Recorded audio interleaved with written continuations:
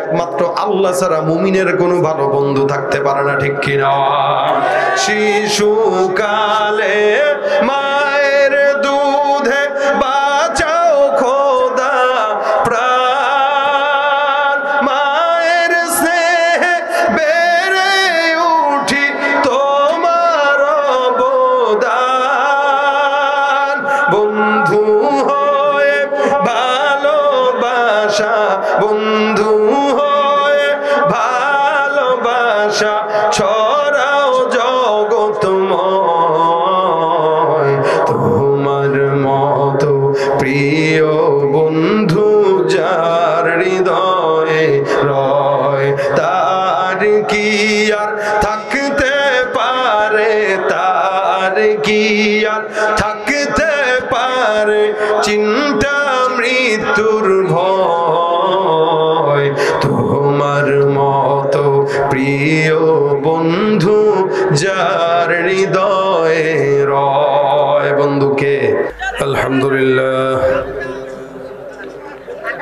আলহামদুলিল্লাহ নাহমাদুহু ওয়া নাস্তাঈনুহু ওয়া নাস্তাগফিরুহু ওয়া নু'মিনু বিহি ওয়া নাতাওয়াক্কালু আলাইহি ওয়া নাউযু বিল্লাহি মিন শুরুরি আনফুসিনা ওয়া মিন সাইয়্যাতি আ'মালিনা। মান ইয়াহদিহিল্লাহু ফালা মুদিল্লা লাহু ওয়া মান ইউদ্লিলহু ফালা হাদিয়া লাহু।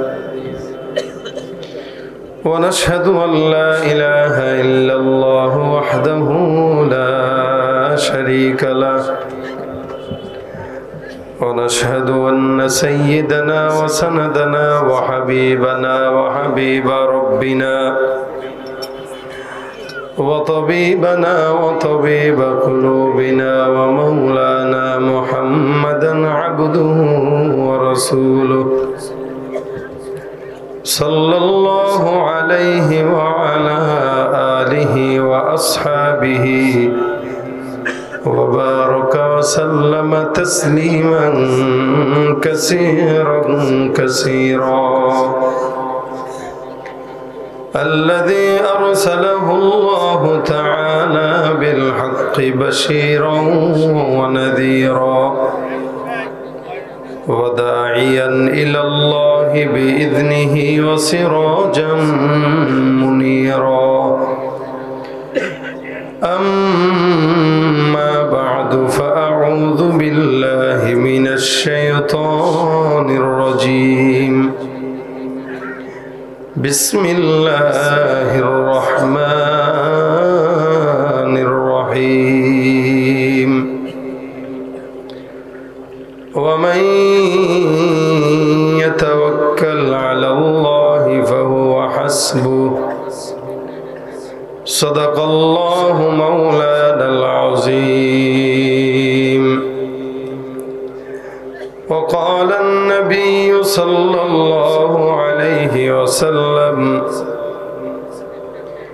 إنما الأعمال بالنيات، أو كما قال النبي عليه الصلاة والسلام.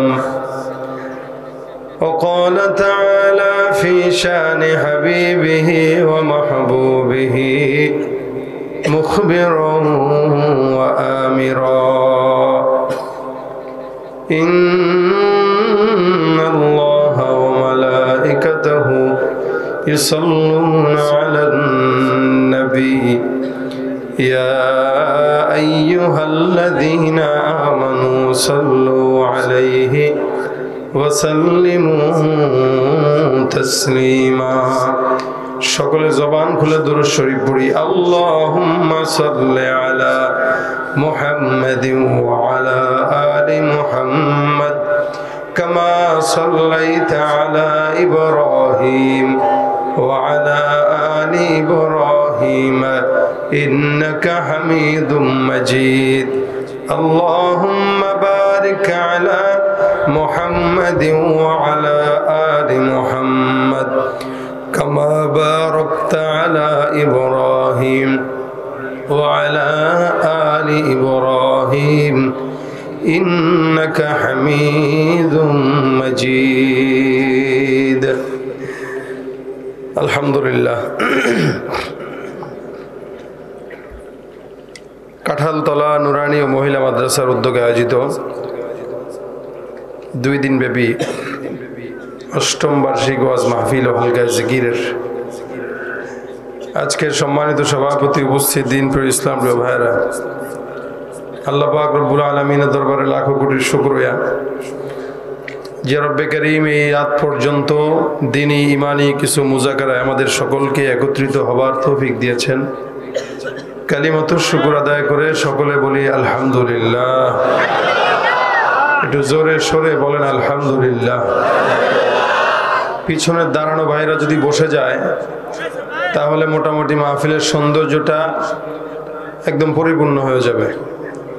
একটু দাঁড়ানো ভাই যারা আছেন বসার নিয়ত, আমি আপনাদেরকে খুব বেশি কষ্ট দিব না, একদমই সংক্ষেপ আলোচনা করব, যেহেতু রাত 11:30 বাজে। আমি সাধারণত 12টার উপরে কোনো সময় ওয়াজ করি না, আজকেও হয়তো অতটুকুই করব, হয়তো 5-10 মিনিট এদিক সেদিক হবে, যেহেতু দেরি করে বসাইছে কমিটি আমাকে। আমাদের ভাই ঘুমের অনেক পেরেশানি। গতকাল আমি ছিলাম নওগাঁ, সেই প্রোগ্রাম করে ঢাকায় এসে আবার আপনাদের এখানে আসা অনেক বড় কষ্টের। এরপরে রাত 11:30 বাজে যদি বসান, এর চাইতে কষ্ট আর এটা বলার মতো না, ভাষায় ব্যক্ত করার মতো না। এই সময় যত গভীর হয় তত শরীর ঝিমা যায়। আমি এখন ঝিমায় ওয়াজ করব। আপনারা যদি সতেজ থাকেন তাহলে হয়তো আমার আলোচনায় একটু মোড়টা ঘুরতেও পারে, আর যদি আপনারা চুপচাপ থাকেন তাহলে আমি মুখতাসার কিছু আলোচনা করে ইনশাআল্লাহ দোয়া দিয়ে মোনাজাত দিয়ে চলে যাব। এখন আপনারা কি করবেন, ঘুমাবেন নাকি সজাগ থাকবেন, এই চিন্তা সম্পূর্ণ আপনাদের কাছে দিয়ে দিলাম। বাস যা মন চায় করেন। বুঝ নাই, না বুঝলে একটা কথা আছে, আমাদের তাহির হুজুর বলছিল, বুঝলে বুঝপাতা, না বুঝলে তেজপাতা। আপনাদের হালও দেখুন ওই টাইপের আছে, আপনারা বুঝেনও না, তেজপাতাও খান না, কোন কথায় কি বলতে হবে এটাও জানেন না। বাস খায়ের, 11:30 বাজে আপনাদেরকে আর কতক্ষণ বসায় রাখবে। আমি আপনাদের সামনে মুখতাসার ছোট্ট আয়াতের একটা অংশ তেলাওয়াত করেছি, এটার অনুকূলে 2-4টা কথা বলবো। একদমই সংক্ষেপের একটি আয়াত। আল্লাহ পাক রব্বুল আলামিন এই আয়াতে বান্দাকে ছোট্ট করে একটা কথা বলে দিয়েছেন যে জীবনে প্রত্যেকটা মানুষের হায়াতে বিপদ আপদ মুসিবত বালা এগুলো আসবে। বান্দা অনেক সময় মুসিবতে পেয়ে মুসিবত যখন সামনে আসে তখন খেই হারায় ফেলে, যার কারণে খেই হারানোর কারণে অনেক সময় মুসিবতে পড়ে আল্লাহকেও বান্দা গালি দিয়ে দেয়। কিভাবে গালি দেয়? মনে করেন আজকে মা অসুস্থ, কালকে বাবা অসুস্থ, পরের দিন ছেলে অসুস্থ, হুট করে বলে ফেলবে আল্লাহর কোনো বাস বিচার নাই, খালি আমারই দেখছে। একবার আমার ওয়াইফ অসুস্থ হয়, একবার মা অসুস্থ হয়, কি শুরু করছে আল্লাহ এগুলো আমার সঙ্গে। কত মানুষ আছে এদেরকে দেখে না? এই টাইপের কথাবার্তা মহিলারা বেশি বলে। এই জন্য আল্লাহ পাক রব্বুল আলামিন বান্দাকে সুন্দর করে সবক দিয়ে দিলেন, যদি বিপদ আসে, মুসিবত যদি না আসবেই, এটা দুনিয়াতে বান্দার বালা মুসিবত এটা আসাটাই স্বাভাবিক। কারণ এই জমিন ইমানদার যারা, এদের জন্য আল্লাহ পাক রব্বুল আলামিনের হাবিব বলেন এটা জেলখানা। আর দুনিয়া সিজনুল মুমিন ওয়া জান্নাতুল কাফির। দুনিয়াটা প্রত্যেকটা মুমিনদের জন্য কারাগার, আর বেঈমান নাস্তিক ইহুদি নাসারা খ্রিস্টানদের জন্য জান্নাত। ওরা এখানে বড় বড় দামি দামি গাড়িতে চড়বে, ওরা অনেক বড় বড় ফ্ল্যাটে থাকবে, এসি রুমে বসে থাকবে, সারা বিশ্ব ঘুরবে, দুনিয়ার দাপটদারি করে বেড়াবে, কিন্তু আখেরাতে যাওয়ার পরে ফকিন্নির মতো রক্ত আর পুজ খাবে। আর ইমানদারেরা জমিনে কষ্ট করবে, কখনো কখনো মুসিবত বালা বিপদ অসুস্থতা অভাব অনটন, একটু সাময়িক কষ্ট করার পরেও আখেরাতে গেলে জান্নাতের শাহেনশাহী জিন্দেগি অবলম্বন করবে। এজন্য রাসূল বলেন আদ-দুনিয়া সিজনুল মুমিন ওয়া জান্নাতুল কাফির। এই দুনিয়াটা প্রত্যেকটা মুমিনের জন্য কারাগার, আর প্রত্যেকটা বেঈমানের জন্য জান্নাত। জান্নাতটা সুখের জায়গা, কারাগারটা দুঃখের জায়গা। দুনিয়াটা মুমিনের জন্য কারাগার, মানে এখানে কিছুটা দুঃখ আসবেই।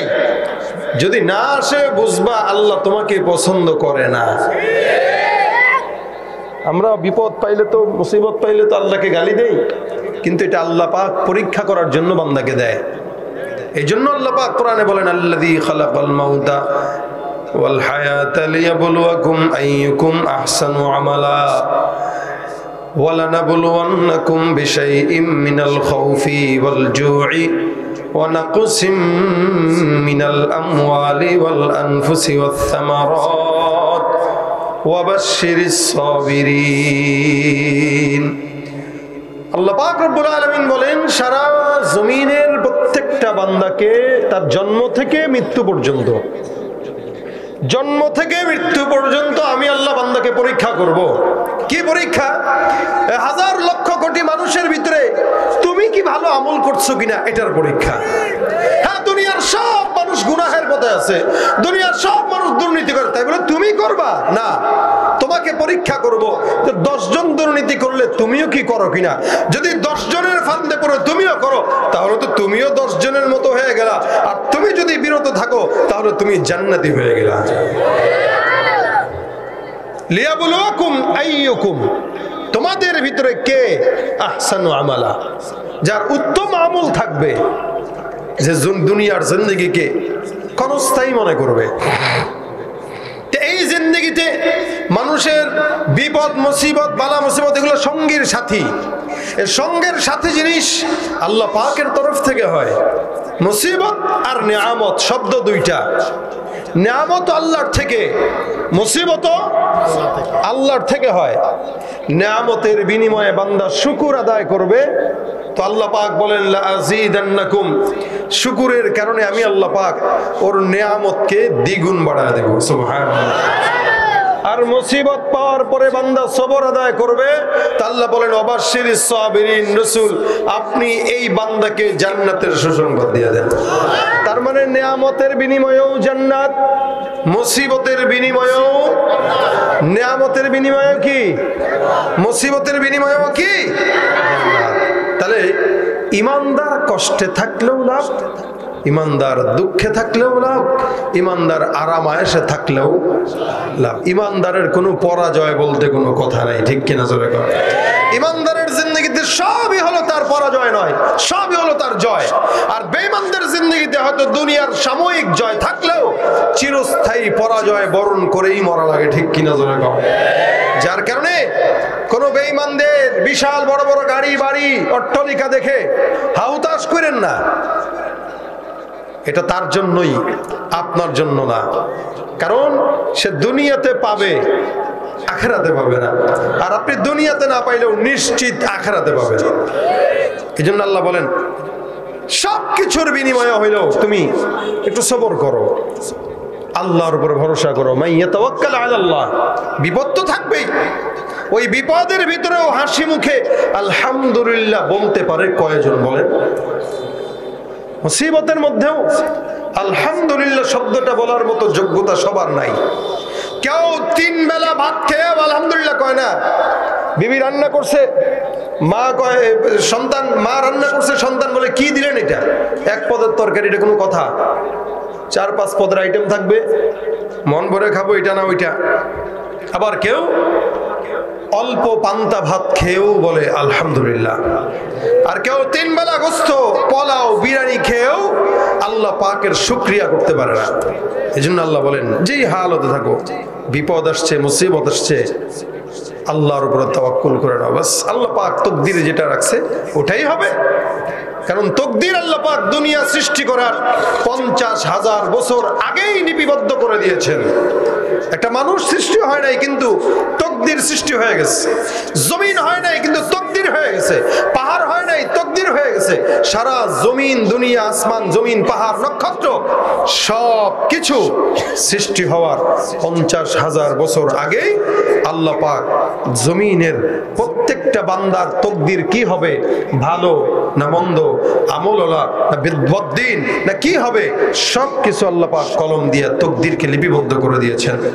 এই তকদির জমিনের মানুষ কোনোদিন খণ্ডাইতে পারবে না। এই কারণে রাসূল করিম সাল্লাল্লাহু আলাইহি ওয়াসাল্লাম বলেন, তুমি দুনিয়ার জমিনের পিছনে যতই ছোট না কেন, দুনিয়া তোমাকে ততটুকুই দিবে যতটুকু তোমার তকদিরে তোমার মালিক লিখে রেখেছেন। তকদিরে যতটুকু লেখা ততটুকুই পাবেন।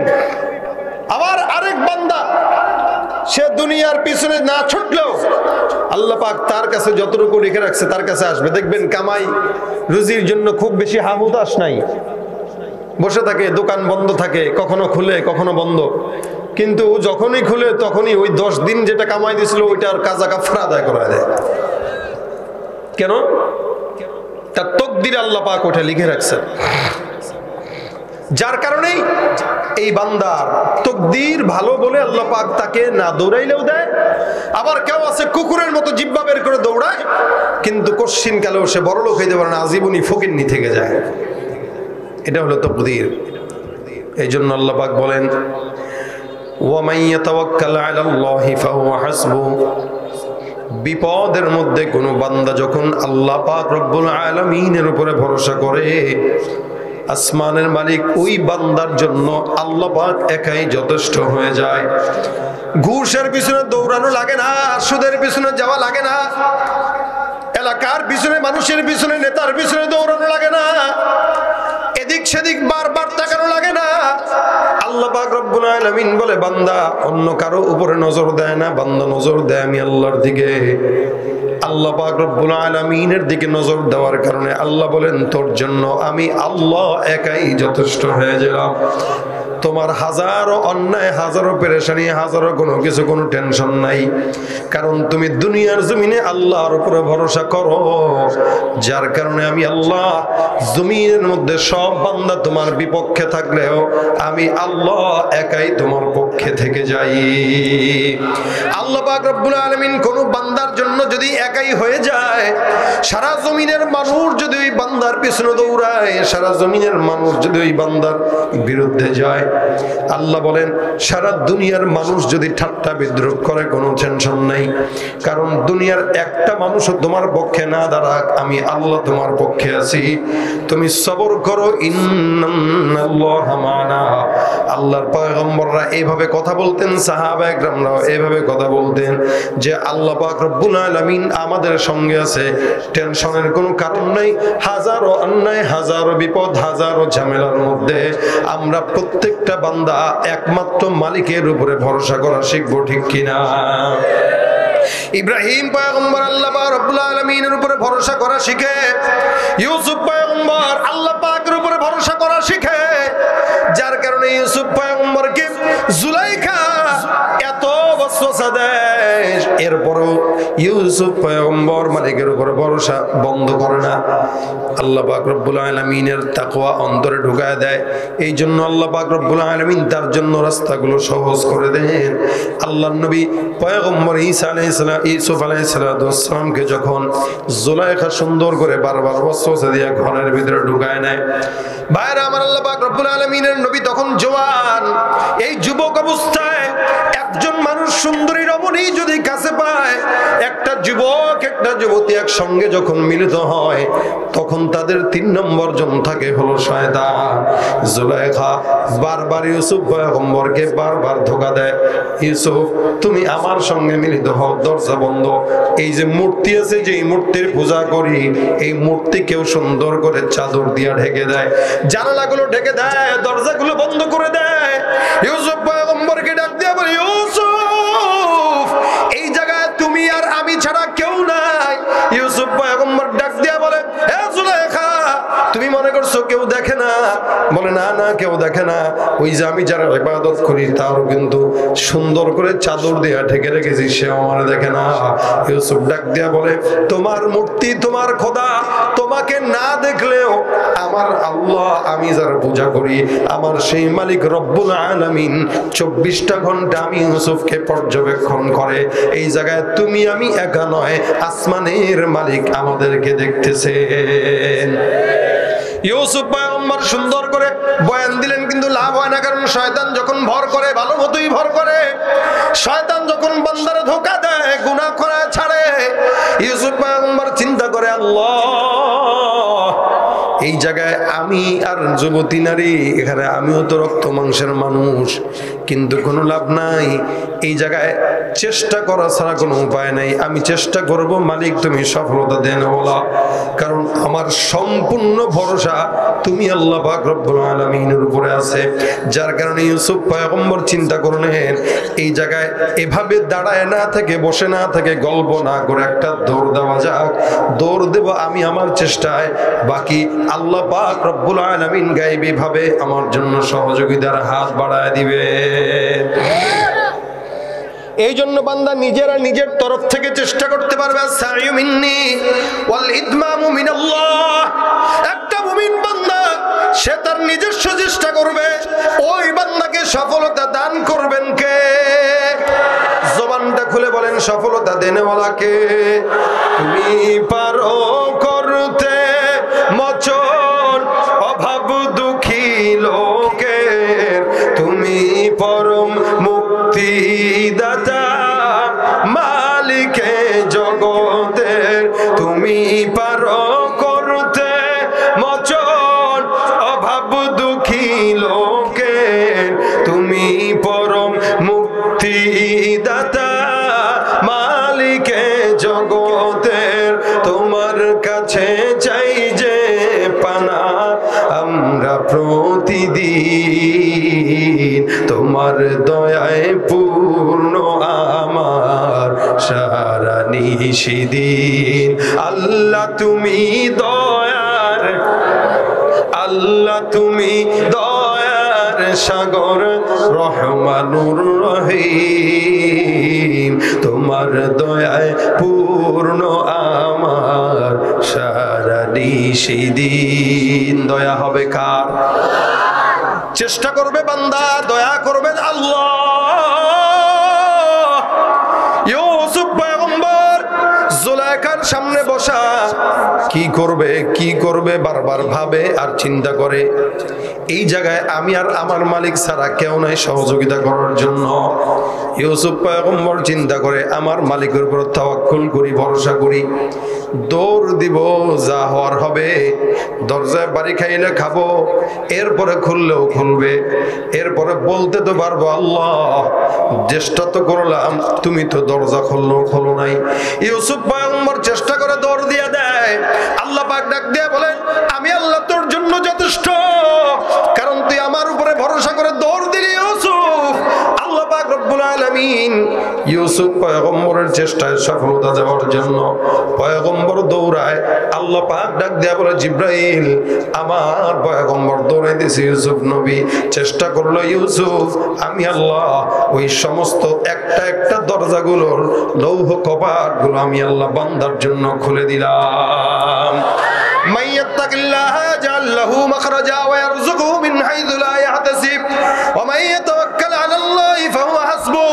আল্লাহ পাক রব্বুল আলামিন বলে, মুমিন প্রত্যেকটা বান্দার কলবের মধ্যে যদি আল্লাহর ভয় থাকে, যত বড় বিপদ আসুক না কেন আল্লাহ পাক বান্দার জন্য বিপদকে সহজ করে দেয়, এবং আল্লাহ পাক বান্দার জন্য সমস্ত রিজিকের দরজাগুলো খুলে দেয়, এবং আল্লাহ বান্দার জন্য একাই যথেষ্ট হয়, কারণ বান্দা আল্লাহ ছাড়া কারো উপরে ভরসা করে না। ইউসুফ পয়গম্বর মালিকের উপরে ভরসা করেন, আল্লাহ পাক দরজাগুলো খুলে দেয়। যে পয়গম্বর ইউসুফের জন্য আমার আল্লাহ পাক রব্বুল আলামিন সুন্দর করে একটা একটা দরজাগুলো খুলে দেন। বলেন তো 2023 সালে এসে সেই আল্লাহ কি আছে না একটু মুরব্বী হয়ে গেছে? আগের মতোই শক্তিশালী নাকি একটু কম? আগের মতোই। এ মুসলমান, বরং আমাদের ঈমান দুর্বল হওয়ার কারণে আল্লাহ পাক রব্বুল আলামিন আমাদের উপরে আস্তে আস্তে দয়া উঠায় নিয়ে যাইতেছেন। আজকে আমাদের ঈমান দুর্বল, আমাদের চক্ষু নাপাক, আমাদের কান নাপাক, আমাদের হাত নাপাক, আমাদের কলব নাপাক, আমাদের চিন্তা নাপাক, যার কারণে আল্লাহর কাছে চাই মাগার দেয় না। কারণ যেই চক্ষু দিয়া কানবো, ওই চক্ষু দিয়া আল্লাহর প্রেমে পানি পড়ে না, ওই চক্ষু দিয়া নেতার জন্য পানি পড়ে, ঠিক কিনা? যেই জবান দিয়া মালিককে ডাকবো, ওই জবান দিয়া আল্লাহকে ডাকে না। ওই জবান দিয়া নেতারে ডাকে, নেত্রীরে ডাকে, অন্যরে ডাকে। আল্লাহ বলে তুই যেই জবান দিয়ে আমি আল্লাহকে ডাকার কথা, যেই চক্ষু দিয়ে আমি আল্লাহর নূর, আমি আল্লাহর কোরআন, আমি আল্লাহর জন্য চোখের পানি ফেলার কথা, ওই চক্ষুটা এখন আমার জন্য না, ওই জবানটাও এখন আমার জন্য না, তোর কোনো কিছু আমার জন্য না, যার কারণে আমি আল্লাহর দয়াও তোর জন্য না। যতক্ষণ আমি আল্লাহ পাক রব্বুল আলামিনের জন্য না হবি, আল্লাহ পাক ডাক দেয়া বলেন, বান্দা, কোন ইমানদার মুমিন বান্দা যদি আমি আল্লাহর জন্য হয়, মাল্লাহুল মাওলা ফালাহুল কুল, আপনি মালিকের জন্য হয়ে যাবেন, আসমানটাও আপনার জন্য হয়ে যাবে, জমিনটাও আপনার জন্য হয়ে যাবে, পাহাড় সমুদ্রটাও আপনার জন্য হয়ে যাবে। আল্লাহ পাক রব্বুল আলামিন বান্দাকে সারা দুনিয়ার গোলাম বানায় দিবেন। শুধু তাই নয়, আল্লাহ পাক রব্বুল আলামিন নিজে আল্লাহ পাক বান্দার গোলাম হয়ে যায়। আমরা অনেক সময় দেখি, কোন সময় মাঝে মাঝে সন্তানদেরকে বাবারাও নিজেরা আব্বা বলে ডাক দেয়। কখন ডাকে? যখন সন্তান এতটা মহব্বত বাবারে করে, অথবা বাবা সন্তানরে এতটা মহব্বত করে, সন্তান বাবার ভিতরে মহব্বত যখন বেশি থাকে, বাবাও নিজের সন্তানরে আব্বা আব্বা বলে ডাকে। উচিত তো ছিল, বাপ যেহেতু সন্তানকে জন্ম দিয়েছে, সন্তানই না বাবা ডাকবে। একদিক দিয়ে সন্তান তো ডাকেও, আবার বাবাও দেখি সন্তানরে বাবা ডাকে। তার মানে জিজ্ঞাসা যদি করেন কেন আপনি আপনার সন্তানরে আব্বা ডাকেন, আপনার সন্তানের আব্বা ডাকার কারণটা কি, ওই বাপ জবাব দিবে, এটাই তো আমার আব্বা, আমি তার জন্ম দিছি ঠিক, কিন্তু সব দিক থেকে সেই আমার বাপ। এই কথাটা কেন বলে? শুধুমাত্র সন্তান বাবার জন্য হয়ে যাওয়ার কারণেই বলে। আল্লাহ পাক রব্বুল আলামিন বলে, সমস্ত দুনিয়ার বান্দারা আমার গোলাম, কিন্তু কখনো কখনো আমি আল্লাহ বান্দার গোলাম হয়ে যাই। কেমনে আল্লাহ পাক রব্বুল আলামিন বান্দার গোলাম হয়? হে মুসলমান, খুব বুঝবেন, আল্লাহ পাক রব্বুল আলামিনের কোন বান্দা যদি আল্লাহর গোলামি করে, আল্লাহ বলে ওই বান্দা আমাকে এত মহব্বত করার কারণে এখন আমি আল্লাহ নিজেই আমি বান্দার গোলাম হয়ে গেলাম। এই জন্য হাদিসে কুদসির ভিতরে আল্লাহ পাক রব্বুল আলামিন বলেন, কুনতু সামাউল্লাযী ইয়াসমাউ বিহা ওয়া বাসারুহুল্লাযী ইউবসিরু বিহা ওয়া ইয়াদুহুল্লাতী ইয়াবতিশু বিহা ওয়া রিজলুহুল্লাতী ইয়ামশি বিহা। হে মুসলমান, আল্লাহ পাক রব্বুল আলামিন বলে, বান্দা, যখন নাকি তুমি আমার জন্য হয়ে যাও, আমার উপরে 24টা ঘন্টা ভরসা করো, আমার ভয় তোমার দিলের মধ্যে রাখো, আমার জিকির তোমার জবানের মধ্যে রাখো, আমার কোরআন তোমার চোখের মধ্যে রাখো, আমার ফিকির তোমার অন্তরের মধ্যে রাখো, তখন তুমি আর তোমার মধ্যে থাকো না। আল্লাহ পাক রব্বুল আলামিন ডাক দিয়া বলেন, কুনতু সামাউল্লাযী ইয়াসমাউ বিহা, ওই বান্দার চক্ষু, ওই বান্দার কান, যেই কান দিয়া বান্দা আমি আল্লাহর জিকির শুনে, ওই কানটা বান্দার থাকে না, আমি আল্লাহ কুদরতি ভাবে বান্দার কানে রূপান্তরিত হয়ে যায়। বান্দার দৃষ্টি শক্তি আমি আল্লাহর দৃষ্টি হয়। ওই বান্দার হাত, যে হাত দিয়া বান্দা আমি আল্লাহর কালাম ধরে ধরে পড়ে, আল্লাহ পাক রব্বুল আলামিন বলে বান্দার হাতটা আমি আল্লাহর কুদরতি হাত হয়ে যায়। ওয়ারিজুলুল্লাতী ইয়ামশি বিহা, বান্দা যেই পাওটা দিয়ে আমি আল্লাহর ঘর মসজিদের দিকে আগায় যায়, ওই বান্দার পাওটা আমি আল্লাহর কুদরতি পাওয়ে রূপান্তরিত হয়ে যায়। সুবহানাল্লাহ। এ ভাইরা আমার, খুব বুঝবেন, অবশেষে মালিক ডাক দিয়া বলে, বান্দার তো সব কিছু আমি আল্লাহ, এখন বান্দা কার? আল্লাহ পাক রব্বুল আলামিন বলেন, ওই বান্দার জন্য যেহেতু সব কিছু আমি আল্লাহর জন্য বান্দা হয়ে গেল, এখন আমি আল্লাহ আসমানটাকেও বান্দার জন্য হওয়ায় দিলাম, এখন আমি আল্লাহ জমিনটাকেও বান্দার জন্য হওয়ায় দিলাম। অর্থাৎ প্রত্যেকটা বিশ্ব আমি আল্লাহর জন্য হওয়ার কারণে বান্দার গোলাম বানায় দিলাম। সুবহানাল্লাহ। শুধুমাত্র একটু ভরসা আর তাকওয়া। সাহাবী উকবা বিন নাফি রাদিয়াল্লাহু তাআলা আনহু, বিশাল বড় একজন সাহাবী, রাসূল করিম সাল্লাল্লাহু আলাইহি ওয়াসাল্লামের কয়েকজন সাহাবী মিলে ওনার নেতৃত্বে আফ্রিকার জঙ্গলের মধ্যে গেলেন দ্বীনের দাওয়াত প্রচার করার জন্য। ওখানে যাওয়ার পর এবার চতুর্দিকে তাকায়া দেখে খালি গাছ আর গাছ, জঙ্গল আর জঙ্গল, এদিকে হিংস্র প্রাণী, ওদিকে হিংস্র প্রাণী, কি করা যায়? সাহাবা একরাম মাশওয়ারা বসলো, এই জায়গায় দ্বীনের খেদমত করবে, এখানেও তো অনেক মানুষ, পাহাড়ি অঞ্চলের মানুষ, এদেরকে দ্বীনের দাওয়াত শেখানো দরকার, আল্লাহর ভয় শেখানো দরকার, আল্লাহর উপর তাওয়াক্কুল শেখানো দরকার, কিন্তু কি করব? পরামর্শ করলো, রাত হয়ে গেল, সন্ধ্যা ঘনায় ঘনায় আসতো। সাহাবা একদম চিন্তা করে, এই জায়গায় থাকবো যে, বসবাস করব যে, ঘুমাবো যে, চতুর্দিকে যেই পরিমাণে হিংস্র প্রাণীরা আছে, এরা তো রাত্রেবেলা ডিস্টার্ব করবে। খুব বুঝবেন, দেখেন একটা বান্দা যখন আল্লাহর জন্য হয়, সারা জমিনটা কেমনে তার জন্য হয়ে যায়। সাহাবায়ে কেরাম সুন্দর করে মাশওয়ারা করা শুরু করলেন, কি করা যায়। উকবা বিন নাফি কিছুক্ষণ ভাবার পরে এবার ডাক দেয়া, কয়েক কাজ করি, জঙ্গলার যত প্রাণীরা আছে, হিংস্র প্রাণী, বাঘ, শিয়াল, হরিণ, অন্য বা অন্য কোনো যেই সমস্ত প্রাণীরা আছে, সাপ বিচ্ছুরা আছে, এদেরকে সুন্দর করে একটা ঘোষণা দিয়ে দেয়, এরা যেন জঙ্গল থেকে সুন্দর করে বের হয়ে যায়। অন্যান্য সাহাবারা ডাক দেয়া বলে, কেমনে সম্ভব, ওরা কি আমাদের ভাষা বুঝবে? সাহাবী ডাক দেয়া বলে, আল্লাহর উপরে ভরসা করলাম, আমি আমার চেষ্টা করব, বাকিটা ইচ্ছা মালিকের। সুতরাং বিশাল বড় একটা টিলার উপর উঠলেন। উঠার পর এবার সাহাবী ডাক দেয়া জোর গলায় ডাক দেয়া বলেন, এ জঙ্গলের প্রাণী, এ জঙ্গলের হিংস্র কুকুর, এ জঙ্গলের সাপ বিচ্ছু, এ জঙ্গলের বাঘ, হে জঙ্গলের সিংহ, আমরা রাসূলের সাহাবা আজমাইন এই জায়গায় আসলাম ইসলামের বাণী পৌঁছায় দেওয়ার জন্য, কোরআনের বাণী পৌঁছায় দেওয়ার জন্য, দ্বীনের কথা বলার জন্য।